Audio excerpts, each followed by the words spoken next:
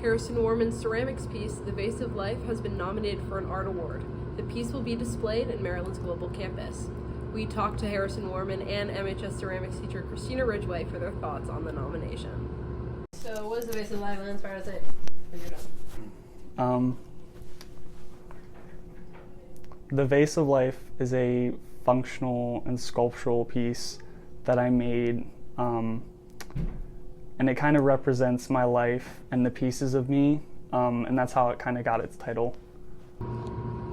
When and how did you develop an interest in ceramics?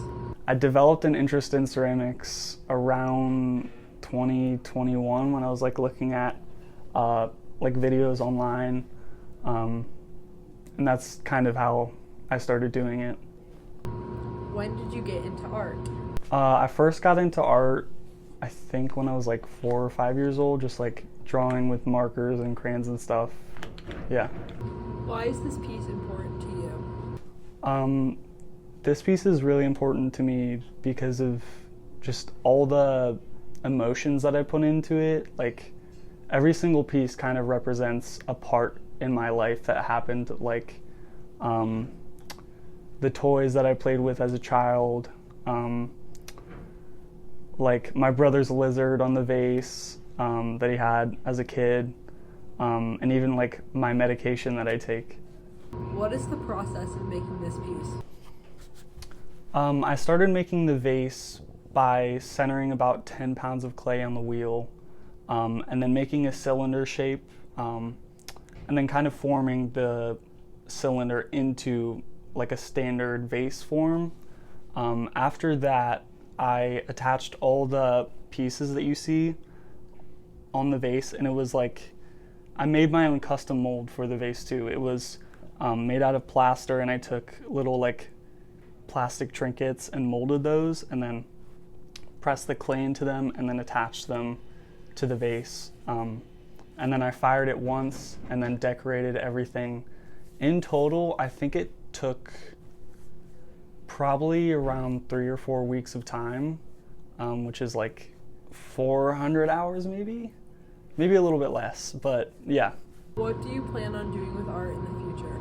In the future, I plan on improving and upscaling my pottery business and also my techniques, and also just making my website better and just selling online and in person at markets and stuff. So if you want to shop anything, the website that I sell at is hwdesign.store. Why did you decide to submit the Vase of Life? I submitted the Vase of Life because of how much I liked the outcome of the piece itself, and also the emotions that I put into it and the vulnerability that you can feel when you're looking at the piece itself. What's your experience in ceramics? I've been doing ceramics for about 2 years now. I'm also an intern currently at a pottery studio called Everyday Earth, and I'm also part of the Potters Guild of Frederick, so that's my experience. How do you feel about being selected for the display? I'm really shocked to be in the exhibition because of how just underrepresented the ceramics community is in the art world currently. What would winning mean to you? Okay. Winning to me means not winning physically against other competitors, but kind of winning mentally. If I'm happy with the piece and the outcome of it, in my mind, I've already won. What specific qualities or characteristics in Harry's work do you believe set him apart from their peers and contributed to the nomination of the Art Award? So something that I really admire about Harry's artwork is that it's so conceptual, and that's not as common for a young artist. Typically most students are very familiar and comfortable keeping with my examples of the projects or kind of how I do things, and they don't stray away from that too much. But Harry completely creates original artworks, and that they have a lot of meaning to him. and there's a lot of symbolism in his artwork, which I find really sets his artwork apart. Thank you. How do you encourage the student to push beyond their current artistic boundaries while still using their unique style and voice? So with this student in particular, with Harry, I promoted the idea of maybe making something newer that he hasn't made before, like a previous project. And with his piece, he wanted to do lots of additive work to it. So not only just the vase itself, but different pieces he added to the vase that were very important or near to his experiences, while still focusing on creating a solid structure and kind of encouraging him to make it however he wanted versus how he thought it might be judged, which I think is something that we lose a lot. We want to make it liked by all, but we kind of lose our own style in the process, and just kind of staying true to his own style, I think, was important for this piece. All right, thank you. In what ways has Harry's growth in art been influenced by the feedback or critiques he's received, and how do you balance constructive criticism while also fostering their creative confidence? So I had Harry last year for the first time in my Ceramics 1 class, and he seemed to just really take right to it. I think that's also something that definitely sets him apart from other students, is he understands the feedback and he's accepting of the feedback, which is, it's hard to hear sometimes because you are very connected to your artwork, and to hear things that could be changed or things that might be improved, sometimes people take it a little too personally. But I feel that he understands that it's only to kind of push him to be better and to increase his skill. I think that he really applies the changes that I give to him, and he is always learning, like always wanting to learn more, which I find really refreshing. Thank you. What role do you think artist recognition, like an award nomination, plays in art been influenced by the feedback or critiques he's received, and how do you balance constructive criticism while also fostering their creative confidence? So I had Harry last year for the first time in my Ceramics 1 class, and he seemed to just really take right to it.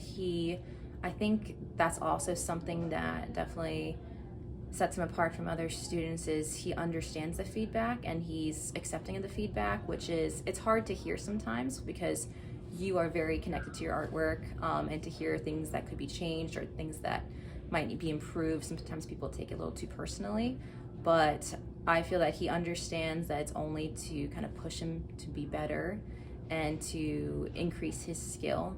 I think that he really applies the changes that I give to him, and he is always learning, like always wanting to learn more, which I find really refreshing. Thank you. What role do you think artist recognition, like an award nomination, plays in shaping a young artist's future aspirations and sense of identity? I think it's a huge confidence booster when you get chosen out of, especially for this contest, it was out of the whole state of Maryland. So I think that would be a great boost of confidence as far as your artistic abilities, especially if this is something that you've, put forth and it's left up to someone else to judge without knowing you. They just see your artwork. They don't know the hard work you put behind it and all the countless hours and decisions you made based around this piece. So I think having a fresh pair of eyes that doesn't know this whole background, sees your hard work in its final form, I think that's such a confidence booster, and that would encourage anybody to kind of keep pursuing what they love to do. Thank you. All right, last question. How do you help Harry navigate the intersection of technical skill and emotional expression in his artwork, especially when preparing for something as significant as art award nomination?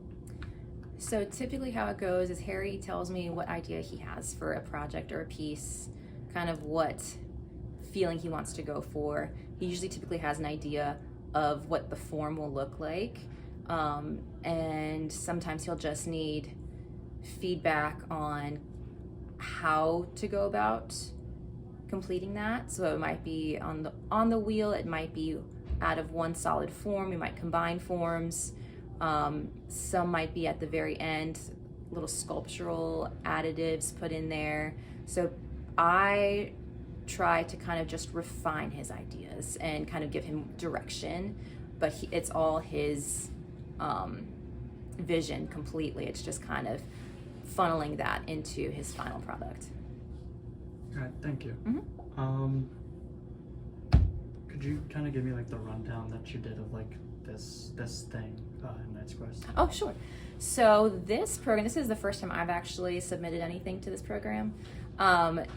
We got it in our mailboxes, and we get lots of contests that kind of come through, and typically they mostly are looking for 2D artworks and not really 3D. So whenever there's an opportunity for 3D submissions, I really encourage students to submit artworks for it. So when we saw this another thing that kind of set it apart was that it was with the greater area. Like usually we do things a lot for Frederick County, like the Delaplane has the Betty Awards. That's one that definitely encourages 3D submissions, but this is the first one that was kind of on a larger scale. And with that being said too, the awards were definitely a lot different too. So the cash awards for first place, second place, third place, not only does the artist receive a cash award, but some of the money also goes towards the art program, which I thought was really nice. All right, thank you. Mm-hmm.